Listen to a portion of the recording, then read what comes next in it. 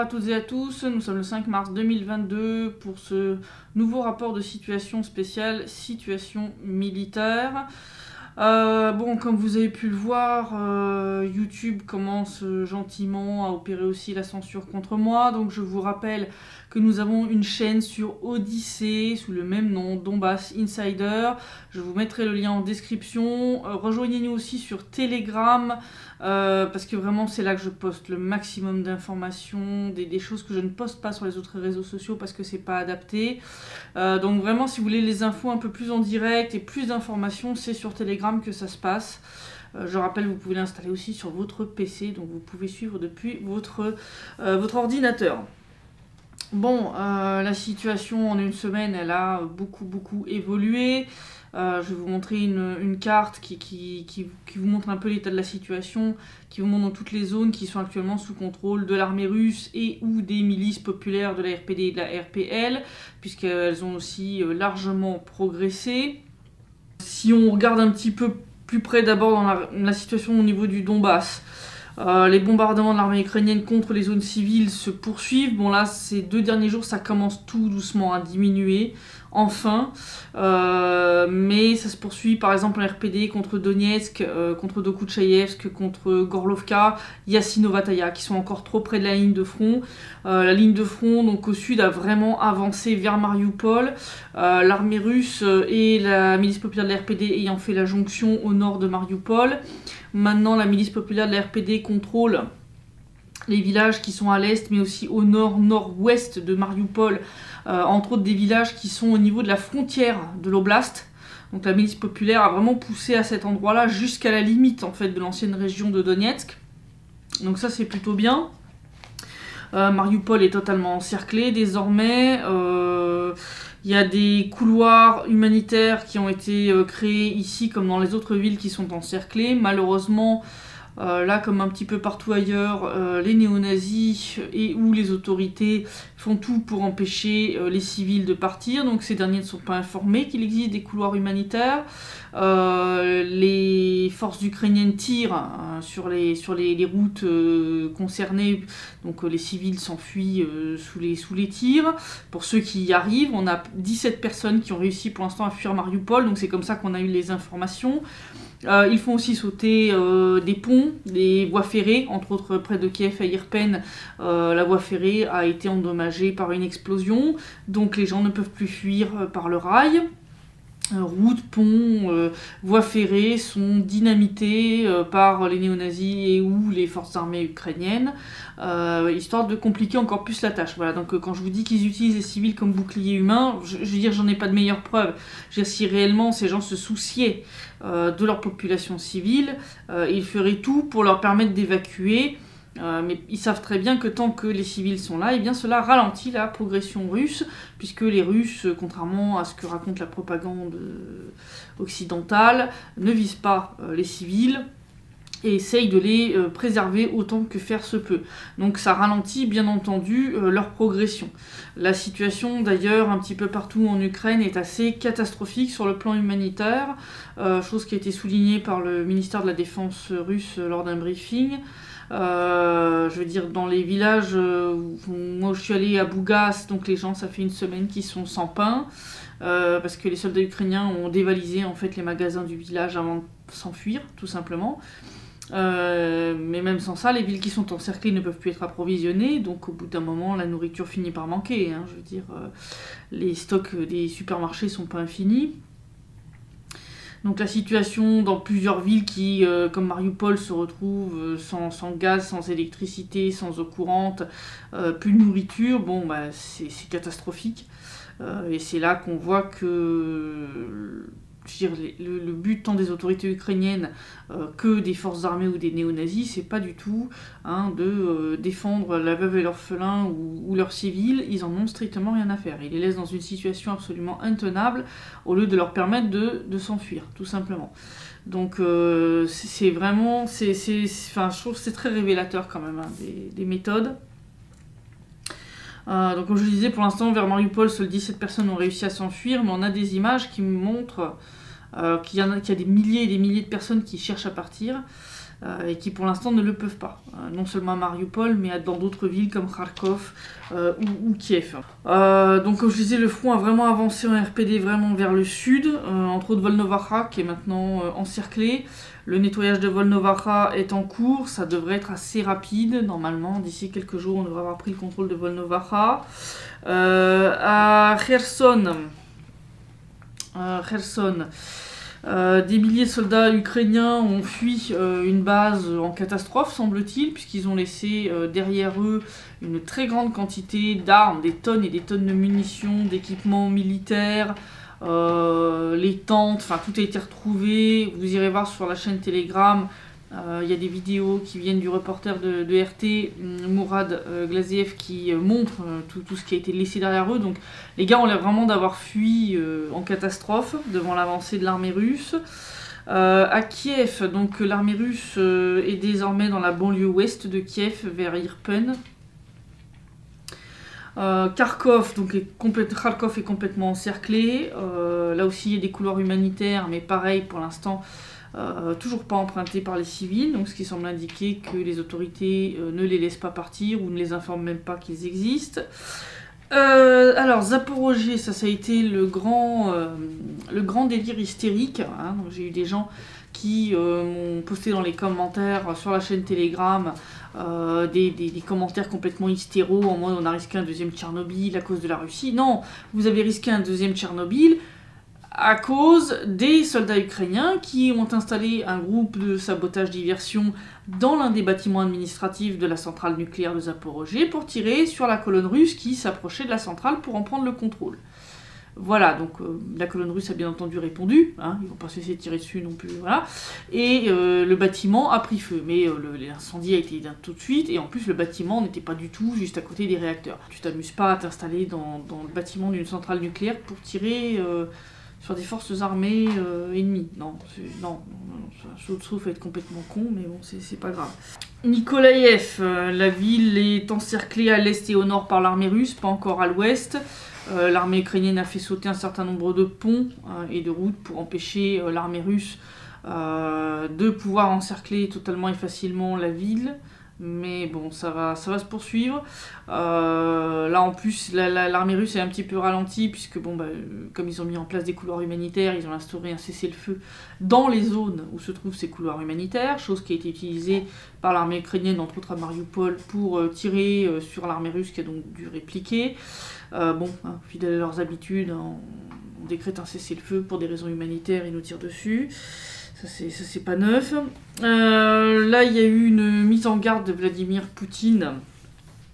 Premièrement, sur la demande de l'Ukraine d'instaurer une zone d'exclusion aérienne au-dessus du pays, en disant que tout pays, fût-il membre d'une organisation militaire, sous-entendu l'OTAN, qui tenterait de faire ça, se transformerait en cible pour l'armée russe. Voilà. Je pense que c'est assez clair à un moment, voilà. Arrêtez de vous occuper de ce qui vous regarde pas. Vous avez assez foutu le bordel en Ukraine comme ça. Ça suffit. Voilà. Laissez les choses se régler. C'est ce qu'il y a de mieux à faire. Les négociations entre la Russie et l'Ukraine ne donnent toujours rien. Zelensky procrastine en espérant quoi ? Tu vas enliser l'armée russe dans un scénario afghan ? Non, votre population va mourir de faim et de soif ou de froid avant. Hein. Je veux dire, là, ça devient absolument critique. On voit que cet homme n'a pas du tout la carrure d'un chef d'État et de prendre ses responsabilités et à un moment simplement de signer les accords qu'il faut avec la Russie pour mettre fin à tout ça. Il traîne. D'après des informations à vérifier, Zelensky aurait quitté le pays. En plus, il se trouverait en Pologne. C'est sa dernière allocution que j'ai vue, alors c'était pas certainement la toute dernière, mais la dernière que j'ai vue, il avait l'air complètement pété, donc soit il a picolé, soit il a consommé des substances pas très légales, voire les deux à la fois, mais il a l'air complètement défoncé, vraiment. Là il s'en est pris à l'OTAN, dans sa dernière diatribe, en les traitant en gros de couilles molles, quoi, hein, tu vois. Sauf que ça fait des années qu'on leur a dit, en long, en large et en travers, que ce soit moi ou les médias russes, que l'OTAN les utilisait pour aller à l'affrontement contre la Russie, mais que l'OTAN n'irait pas défendre l'Ukraine. Et on n'a pas été écouté, c'est de la propagande russe. Bon. Vous voyez l'OTAN en train de défendre l'Ukraine? Non. Non, ils envoient des mercenaires, ils envoient des armes, mais ils n'enverront pas leur armée, et ils vont pas prendre le risque d'ordonner une zone d'exclusion aérienne, en sachant qu'à ce moment-là, les missiles russes seront dirigés vers Varsovie et une compagnie. Hein, voilà, non, ça, non, vous oubliez complètement. Donc l'autre avertissement de Vladimir Poutine a porté sur le futur de l'Ukraine en tant qu'État. Parce qu'il a dit, plus vous faites traîner, plus le futur de l'Ukraine en tant qu'État est compromis. Voilà, je pense que c'est assez clair. Je pense que... Hein, voilà, donc plus Zelensky fait traîner, et puis il a de chance d'être le président virtuel d'un État devenu virtuel. Voilà, c'est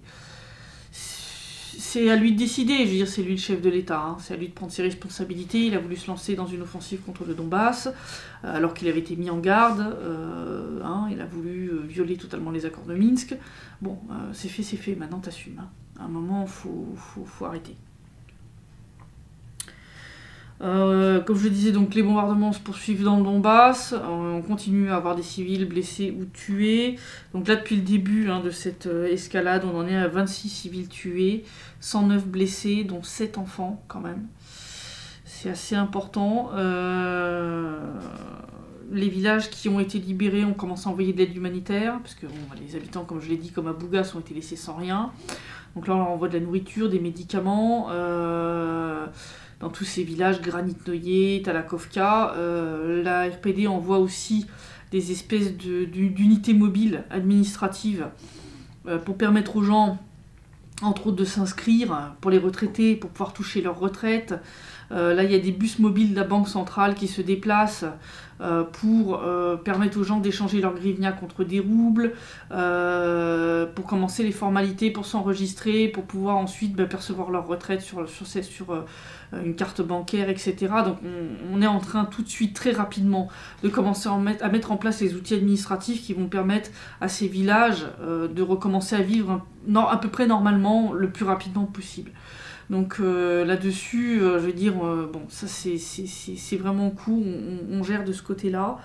Mais oui, la situation humanitaire en Ukraine est catastrophique.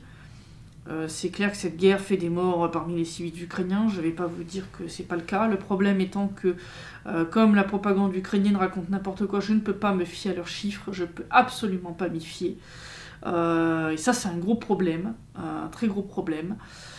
Mais oui, très certainement, il y a des civils touchés, ça malheureusement, mais à un moment, comme je l'ai dit la dernière fois, je vous renvoie à ma dernière vidéo, la Russie avait que des mauvais choix en face d'elle, elle a choisi le moins mauvais. Donc là, quand je vois toute l'hystérie en matière de sanctions, etc., contre la Russie, j'aimerais savoir où étaient ces sanctions contre les États-Unis quand ils ont envahi l'Afghanistan, quand ils ont envahi l'Irak, quand les pays d'OTAN ont attaqué la Libye, pour le fait que les États-Unis ont attaqué la Syrie, ils occupent encore une partie du territoire en violation totale de la souveraineté de ce pays. Donc, ouais, c'est vraiment l'illustration du deux poids deux mesures. Les Occidentaux sont en train de se tirer une balle dans le pied. Alors finalement, je pensais que ma banque russe serait retirée du SWIFT, mais les Occidentaux ont dû finalement reculer parce qu'ils en ont besoin pour payer leur gaz et leur pétrole qu'ils achètent à la Russie et dont ils ne peuvent pas se passer. Donc on voit que c'est des décisions complètement irréfléchies. Il y a eu une très bonne vidéo de Charles Gave sur Sud Radio qui explique à quel point l'Union européenne est en train de se tirer une balle dans la tête avec ces sanctions contre la Russie. Et comme je dis, ces sanctions complètement disproportionnées avec donc retrait de Visa et de Mastercard et de tout un paquet de services financiers, etc. Où sont les sanctions identiques contre les États-Unis et les différents pays de l'OTAN qui ont violé sans vergogne la souveraineté d'autres États qu'ils ont envahis depuis des années. Afghanistan, Irak, Libye, Syrie, etc. etc. Hein, où sont les sanctions contre l'Arabie Saoudite pour la guerre contre le Yémen? On voit pas. Voilà. Hein. Donc c'est là qu'on voit qu'il y a vraiment un gros problème de deux poids deux mesures.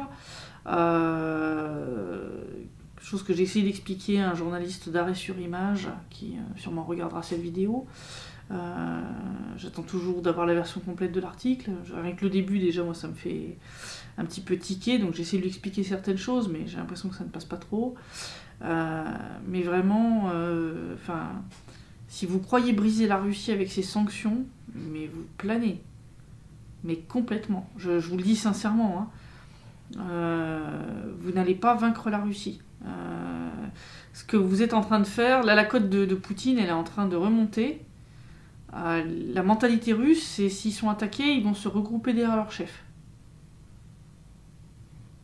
C'est ça qui est en train de se passer. Donc c'est tout ce que vous allez gagner. Je vous dis, vous êtes en train d'unir les Russes derrière Vladimir Poutine. C'est tout ce que vous êtes en train de faire. Faut pas se focaliser sur les 2-3 jeunes de Moscou qui râlent parce qu'ils peuvent plus acheter leur dernier iPhone. Mais la plupart des Russes soutiennent l'action de Vladimir Poutine et l'action de la Russie en Ukraine. Donc vous n'allez pas briser la Russie. Vous allez vous briser les reins, vous, mais vous n'allez pas briser la Russie. La Russie a des réserves d'or, la Chine est de son côté. Je dirais, à part les pays occidentaux ou affiliés aux occidentaux,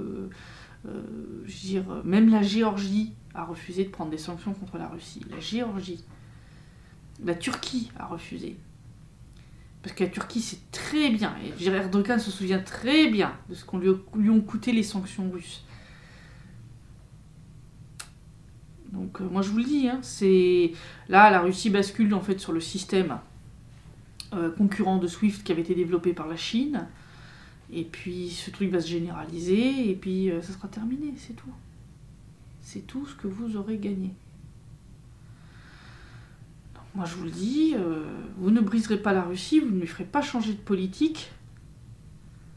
Et tout ce que vous faites, c'est au final vous saborder. Parce que, en compte, la Microsoft & Co qui disent qu'ils vendront plus leurs produits sur le marché russe, vous allez laisser votre place à la concurrence. C'est ça qui va se passer. Les Russes développeront des alternatives, comme ils l'ont fait pour tout le reste, comme ils ont fait la substitution des importations après les premières sanctions. C'est tout. Donc voilà la situation. Je pense que demain, je serai de nouveau en reportage. Là, j'ai fait une petite pause parce que Bougas, ça a été très éprouvant, physiquement et mentalement. La route pour y aller était vraiment, elle était jonchée de débris, de restes d'obus, etc., de trous énormes. On a eu plusieurs voitures des journalistes qui étaient sur place qui ont eu des pneus crevés. Ça a été vraiment très très dur. Nerveusement de prendre cette route en sachant que cette route passe assez près quand même de la ligne de front actuelle et que la bataille donc, pour Volnovakha était encore en cours. Elle est toujours, donc c'était quand même assez dur, puis faire les sous-titres est terminé assez tard, donc là je me suis accordé 2 jours un peu de relatif, je peux dire de relatif repos, parce que bon j'ai quand même écrit un article hier. Mais donc voilà, c'est ça la situation pour l'instant, donc ça progresse, bon je pense que d'ici quelques jours, Volnovakha sera prise, j'espère que Mariupol ça va bien avancer. Là ils sont déjà dans les faubourgs nord de la ville, l'armée russe et la milice populaire. Mais oui, le plus dur c'est d'arriver à faire en sorte d'éliminer les néo-nazis, malgré le fait qu'ils se cachent derrière les civils. Ça c'est la partie la plus difficile, la plus compliquée. Donc voilà, c'est ça pour l'instant le gros problème et pourquoi ça n'avance pas aussi vite que certains l'espéraient ou le voudraient. Si la Russie pratiquait la technique américaine du tapis de bombe, comme ils l'ont fait en Irak ou à Dresde en 1945, oui, ça irait beaucoup plus vite. Mais le but, c'est pas d'exterminer les civils ukrainiens. Voilà. Le but, c'est de dénazifier. La démilitarisation est presque terminée. Vladimir Poutine a dit que presque toutes les infrastructures militaires ukrainiennes sont détruites. Donc cette partie-là, on va dire, de la mission est bientôt accomplie. Le reste, ça dépend que de Zelensky. Il doit y avoir un nouveau round de négociations qui doit avoir lieu. On va voir ce que ça va donner, mais s'il croit qu'en faisant traîner, il va entraîner la Russie dans un Afghanistan bis, non, parce que il y a un moment où... Une fois vos infrastructures militaires détruites, les stocks d'armement, etc., il y a un moment où vous allez tomber à court de balles, que vos soldats n'auront plus rien à manger, plus rien à boire, ils se rendront, et puis c'est tout. Mais le problème, c'est que vous allez entraîner les civils avec vous dans cette catastrophe humanitaire. Et ça en dit très long sur ce que valent les autorités ukrainiennes et les valeurs de tous ces néo-nazis qui se disent défenseurs de l'Ukraine et compagnie. En fait, ils en ont strictement rien à foutre. Autre petite information, le représentant de l'officier de la RPL au sein du CCCC, Andrei Kosiak, qui avait été enlevé, si vous vous souvenez bien, sur la ligne de front il y a quelques mois, a enfin été libéré. Il vient de donner aujourd'hui sa première interview. Il a vraiment été maltraité par les Ukrainiens, mais il est vivant. Il est vivant. Donc ça, c'est une super bonne nouvelle. Et donc j'espère qu'on va arriver à récupérer d'autres prisonniers qui se trouvent côté ukrainien, tous les gens qui ont été enlevés ou arrêtés côté ukrainien pour un oui ou pour un non et torturés. Mais donc voilà, c'est ça la situation. Je vous dis normalement demain, si tout va bien, je devrais de nouveau faire un reportage dans une des zones récemment libérées. Et j'espère vraiment que tout ça va prendre fin le plus rapidement possible, parce que c'est vraiment une catastrophe pour les civils, aussi bien de notre côté ceux qui se font bombarder que côté ukrainien, ceux qui se retrouvent à devoir vivre dans des caves ou dans les stations de métro pour échapper au bombardement et qui se retrouvent dans une situation humanitaire extrêmement difficile. Donc plus vite tout ça se terminera et mieux ça sera. Et j'espère que le public occidental finira par un peu ouvrir les yeux sur les merdes que la propagande leur raconte. Hein. Donc, on a eu des médias qui ont utilisé des images d'ici, hein, d'un des districts de Donetsk qui a été bombardé, là, la rue Panfilova, pour faire croire que c'est à Kharkov, par exemple. Donc ils réutilisent des images du Donbass bombardé pour faire croire que c'est des villes ukrainiennes. Ailleurs, hein, genre Kharkov, Kiev, etc. Donc ça c'est absolument ignoble, enfin, vraiment là. Et je vous dis, les gens ici, les Russes, ils regardent, hein, ils sont informés de ce que vous racontez au niveau presse occidentale. Donc je peux vous assurer que vous avez bien fait de dégager de Russie, là, la BBC, CNN et toute la clique, parce que vous seriez fait lyncher au bout d'un moment, parce que non, ce genre de choses c'est absolument inacceptable. Donc voilà, je vais continuer à vous informer et jusqu'à la fin là, de ce conflit et même après, parce que je pense que y a des choses qui vont sortir. La médiatrice aux droits de l'homme de l'RPD, Daria Morozova, a dit très clairement qu'elle est en contact avec des gens des zones qui sont encore pour l'instant sous contrôle ukrainien, qui ont donné la localisation d'un certain nombre de fosses communes où des gens ont été enterrés. Entre autres, je connais un endroit dont j'attends impatiemment la libération pour pouvoir aller justement enquêter à ce sujet-là, à savoir Mariupol, hein, puisque je rappelle que la prison surnommée la bibliothèque se trouvait dans les sous-sols de l'aéroport de Mariupol, et que, je pense que, d'après les informations que j'ai, il doit y avoir un bon paquet de charniers à proximité, remplis de prisonniers et de prisonnières qui ont été torturés, violés, exécutés.